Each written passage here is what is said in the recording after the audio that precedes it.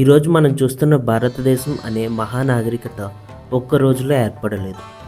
వేల సంవత్సరాల పాటు అనేక రాజ్యాలు వచ్చాయి, పోయాయి. ఎన్నో యుద్ధాలు జరిగాయి, ఎన్నో సామ్రాజ్యాలు పుట్టాయి, కూలిపోయాయి. కానీ ఒక్క విషయం మాత్రం మారలేదు. అదే మన మహానదులు. ప్రపంచంలోని దాదాపు ప్రతి గొప్ప నాగరికత ఒక నది ఒడ్డునే పుట్టింది. ఈజిప్ట్ నాగరికత నైల్ నది వద్ద పుట్టింది. మెసొపొటేమియా టైగ్రిస్, యూఫ్రటీస్ నదుల మధ్య ఎదిగింది.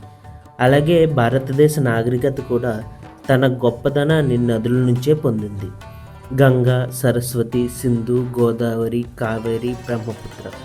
ఇవి కేవలం నదులు కావు, ఇవి భారతదేశ చరిత్రకు సాక్ష్యాలు. ఈ నదులలో కొన్ని రహస్యాలు ఇప్పటికీ పూర్తిగా ఛేదించబడలేదు. కొన్ని విషయాలు శాస్త్రవేత్తలకు ఆశ్చర్యపరిచాయి, మరికొన్ని విషయాలు చరిత్రకారులను ఆలోచింపజేశాయి. ఈరోజు మన భారతదేశ పవిత్ర నది గురించి 4 అద్భుతమైన నిజాలను తెలుసుకోబోతున్నాం. మొదటిది, భారతదేశ చరిత్రలో అత్యంత రహస్యమైన నది ఏదైనా ఉంది అని అడిగితే చాలామంది సరస్వతి నది పేరే చెబుతారు. వేదాలలో సరస్వతి నది గురించి వందల సార్లు ప్రస్తావన ఉంది.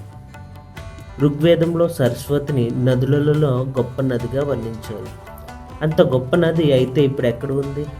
ఇది ప్రశ్న శతాబ్దాలుగా చరిత్రకారులు వేధిస్తుంది. బ్రిటిష్ కాలంలో చాలామంది పాశ్చాత్య పరిశోధకులు సరస్వతి నది ఒక కల్పిత నది మాత్రమే అని భావించారు, ఎందుకంటే భూమిపై అలాంటి నది కనిపించలేదు. కానీ ప్రస్తుత 20వ శతాబ్ద చివరలో ఉపగ్రహ సాంకేతికత అభివృద్ధి చెందడంతో ఆశ్చర్యకరమైన విషయాలు బయటపడ్డాయి. రాజస్థాన్ ఎడారిలో భారీ నది ప్రవహించిన ఆనవాళ్లు కనిపించాయి.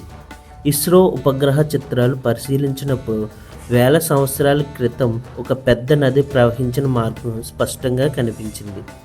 అంతేకాదు, హరప్పా నాగరికతకు చెందిన అనేక నగరాలు కూడా ఇదే మార్గం చుట్టూ ఉండడం పరిశోధకులు ఆశ్చర్యపరిచింది.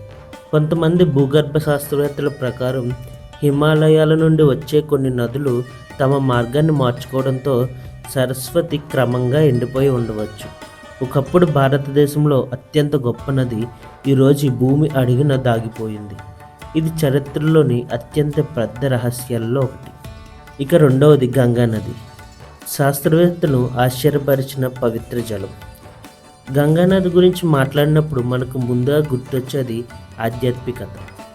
కానీ గంగా గురించి ఒక శాస్త్రీయ రహస్యం కూడా ఉంది. 1996లో బ్రిటిష్ శాస్త్రవేత్త ఎర్నెస్ట్ హాకింగ్ గంగా నది నీటిని పరిశీలించాడు. ఆ సమయంలో భారతదేశంలో కలరా వ్యాధి తీవ్రంగా వ్యాపిస్తోంది. హాకింగ్ గంగా నీటిలో కలరా బ్యాక్టీరియాలను కలిపి పరీక్ష చేశాడు.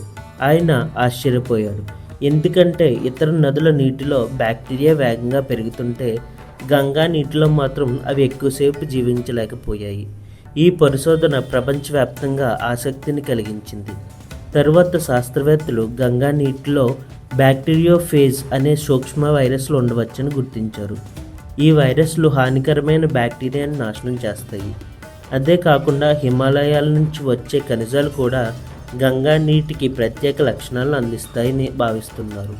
అందుకే గంగా నది ప్రపంచంలోని అత్యంత పరిశోధించబడిన నదుల్లో ఒకటిగా మారింది. ఇక మూడవది బ్రహ్మపుత్ర నది గురించి.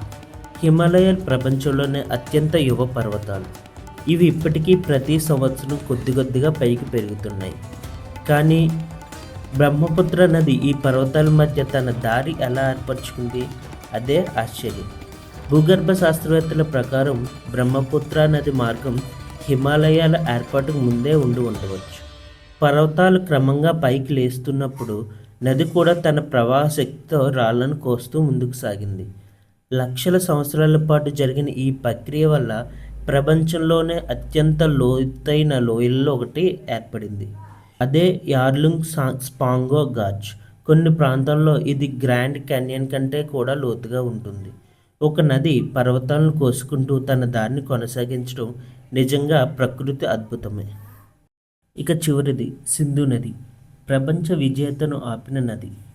క్రీస్తుపూర్వం 326వ సంవత్సరం ప్రపంచాన్ని జయించాలని కలలు కంటున్న అలెగ్జాండర్ భారతదేశంలోకి ప్రవేశించాడు.